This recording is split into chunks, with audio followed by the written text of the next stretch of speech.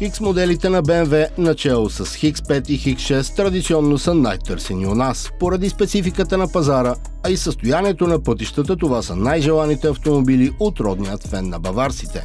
А за година компанията успя да обнови всичките си модели. Вече ви представихме новото поколение на най-малкият X1 в вариант с двигател с вътрешно горене и напълно електрически. Също X3 и X4. Топ спортистът плагин хибрид XM, дело на отдела M, също така и големият X7. Обновлението засегна X5 и X6, тестваме ги сега заедно с цялата гама X на BMW.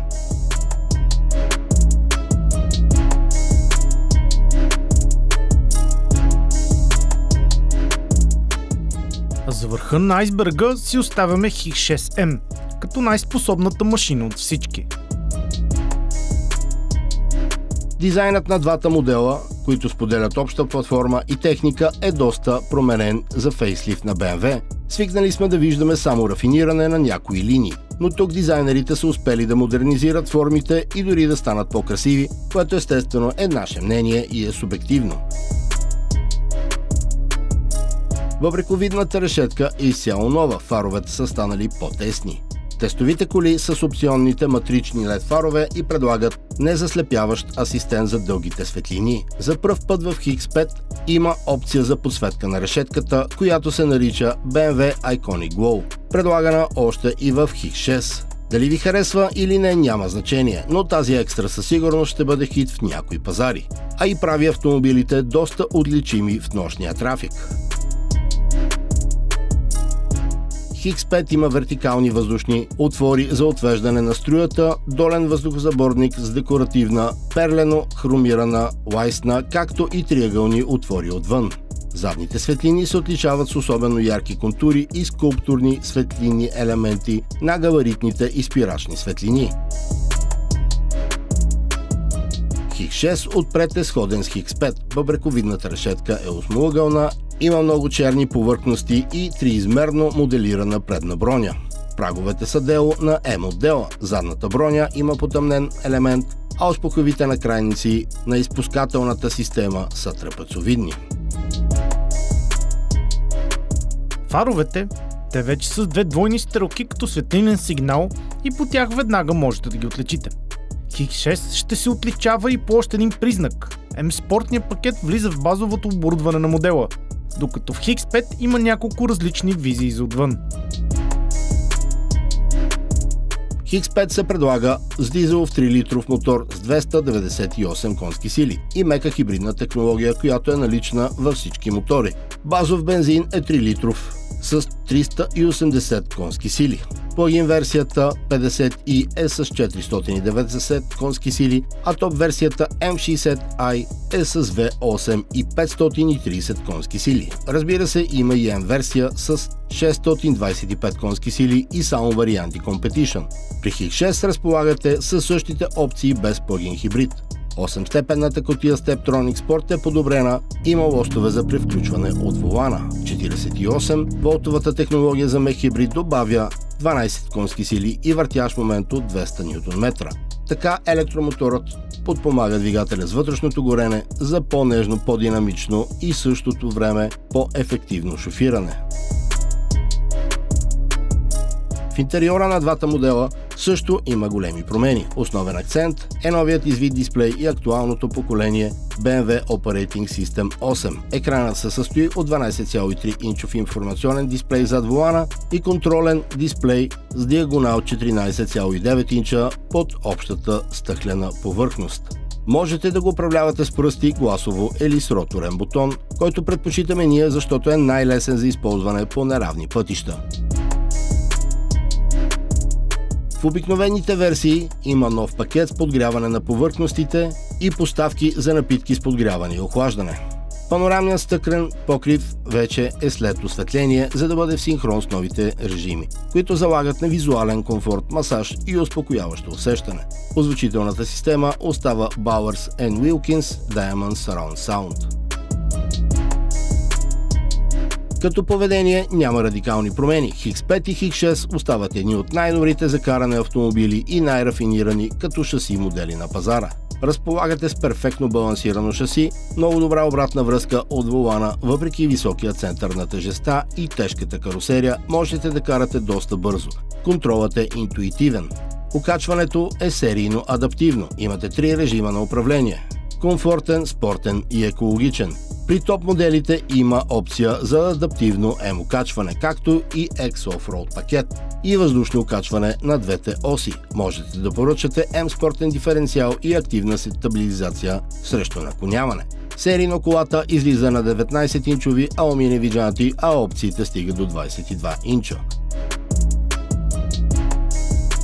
Да, както много други нови модели на компанията, тук комфортът е приоритет. Като X5 и X6 миналото отнасяха критика, че са по-твърди отколкото трябва. Това беше заличено в последното поколение, а при фейслифтът има още една идея повече галантност. Топ версията, разбира се, е X6. BMW вече предлага само Competition с 625 конски сили. Дизайнът е с много M елементи, които го правят лесно разпознаваем от стандартните модели. Новост тук е използването на мека хибридна система с 48 волта, която добавя 12 конски сили и 200 Нм. Електромоторът е монтиран в корпусът на 8-степенната трансмисия M-Steptronic и работи като стартер-генератор на коляновия вал. Батерията се зарежда от спиране, което тук обикновено е доста интензивно. Печелите повече момент на тяга при ускорение, допълнително към доказания вече 4,4 литров V8. Максималният въртящ момент е 750 Нм и е на разположение между 1800 и 5800 оборота в минута. Няма замислене и турбодупка на педала на газта, изстрелвате се бързо, особено ако сте на спортните режими. На тях шасито става още по-твърдо. Имате опция за отделна настройка на елементи като волан, предавателна кутия, мотор, шаси и звук от ауспусите. 4x4 задвижването е настроено с фокус на задните гуми, както и очаквате. Времето за ускорение на BMW X6 M Competition от 0 до 100 км в час е 3,9 секунди, което не е световен рекорд, но спокойно можете да оставите зад гърба приятелите си с по-скъпия XM, който се справя за 4,3 секунди поради по-високата маса. В фейслифта са направени допълнителни настройки на M-X-Drive задвижването и активният M-диференциал. Кутията с Drive Logic е нова. Всичко това осигурява перфектно оръжие за атака за завои извън града. Също така на режим 4x4 спорт системата ви допуска контролиран дрифт. Естествено, при изключване на системата за сигурност всичко става още по-забавно. А когато се налага да спрете, има нова спирачна система, която е по-мощна. И пак, обновеното X6M е по-рафинирано. Няма я тази стряскаща за мнозина рязкост във волана и педала на газта, която да ви респектира. А всичко се случва като да речем в Бентли. Плавно и чудовищно ускорение, което всеки може да постигне, без да му поникнат няколко бели косама. Сцеплението е повече отколкото може да си представите, както и спирането. Но пак наблягаме, че това е вече наистина комфортен автомобил. Кое не изненада? Това поне за мен е най-добре изглеждащото ново BMW в момента. Отпред, отзад, в профил, най-съразмерни детайли, определено най-красивата предница. X6M вече и с различни по размер джанти отпред и отзад, като почти всички истински M модели на марката. А тук са 21 инча отпред и 22 инча отзад. С една идея по-високи гуми отпред за повече сцепление, с размер 295-35 и 315-30 отзад. Цени. При X6 най-бюджетният вариант е дизелов 30D, който започва от 163 000 лева. Стигаме до бензиновия M60 с V8 битурбодвигател до 208 000 лева и X6M, който минава внушителните 279 000 лева. X5. Тук отново започваме от 30D, с стартова цена от 154 000 и стигаме до 202 000 за M60 и пак 273 000 за X5M, като тук има и по-един хибрид 50E, с комбинирана мощност от 489 конски сили и цена от 181 000 лева.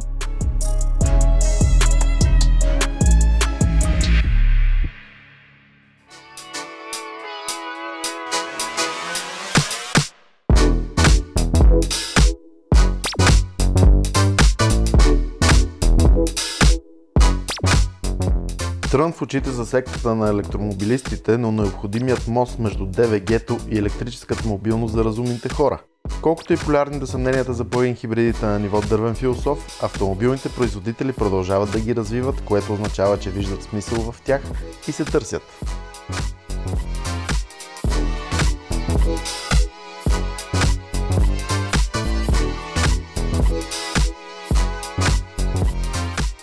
Новият GLC купе на Mercedes-Benz в модификация 300i пък достига нови върхове в тази сфера. С огромната си батерия от 31,2 кВт, той все едно е сложил една Dacia Spring в багажника си. Изцяло новото второ поколение на Mercedes GLC купе в може би най-интересната му версия 300i. И-то зад цифрата означава, че това е плъгин хибрид. И особено интересното при този плъгин хибрид е, че може да измине изцяло на ток между 104 и 120 км, а по някои показания до 130 км. Това е в чист електрически режим. Това се дължи на неговата доста голяма за плъгин хибрид батерия от 31,2 кВт.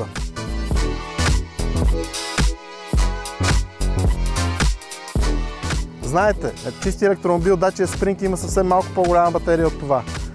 По този начин, този модел измества баланса между електрическата мобилност и двигателя с вътрешно горене в посока на електричеството силно и в ежедневието абсолютно може да замени един чист електромобил. Може би по тази причина и производителят обещава смесена консумация на гориво, забележете, от 0,6 или 0,8 литра на 100 км. Разбира се, на извънградско това няма как да бъде така, но когато карате този автомобил изцяло като електромобил през делника, а пък през уикендите тръгнете на някъде, там разбира се електрическият двигател също се намесва, положението може и да достигне тези показатели.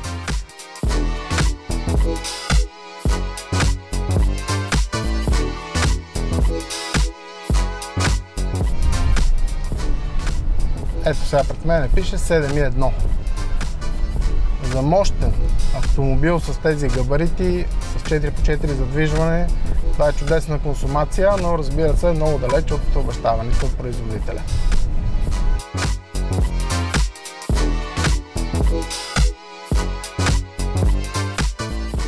Задвижващата конфигурация разполага с обща мощност от 313 конски сили и 550 Нм.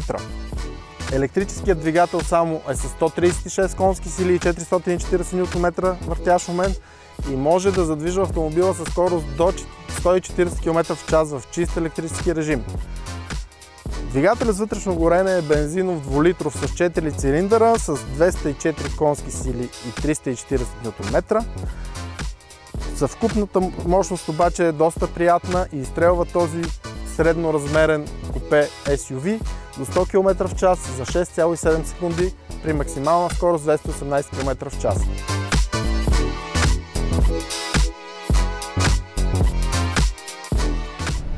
Зад волана, честно казвам, не се усеща като 313 конски сили този автомобил.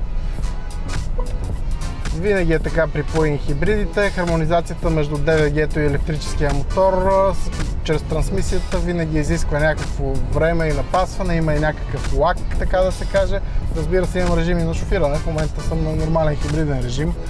На динамичен нещата са малко по-добри. Но в никакъв случай динамика няма да ви липсва. Това, което ще ви липсва, е лекотата на самия автомобил, тъй като той тежи почти 2,3 тона, а това в завоите определено се усеща. Макар че когато включите спортния режим, хубаво се стяга и нещата са малко по-добри.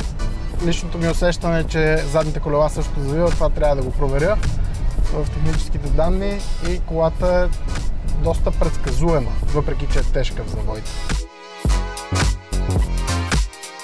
Всъщност задният кормилен мост е основната иновация при новото GLC. Ъгълът му на завой е доста по-скромен от изумителните 10 градуса при S-клас, едва с 4,5 градуса задните колела се отклоняват от правата посока, но това е достатъчно да се намали радиусът на завой с 90 см до типичните за малки градски коли 10,9 метра.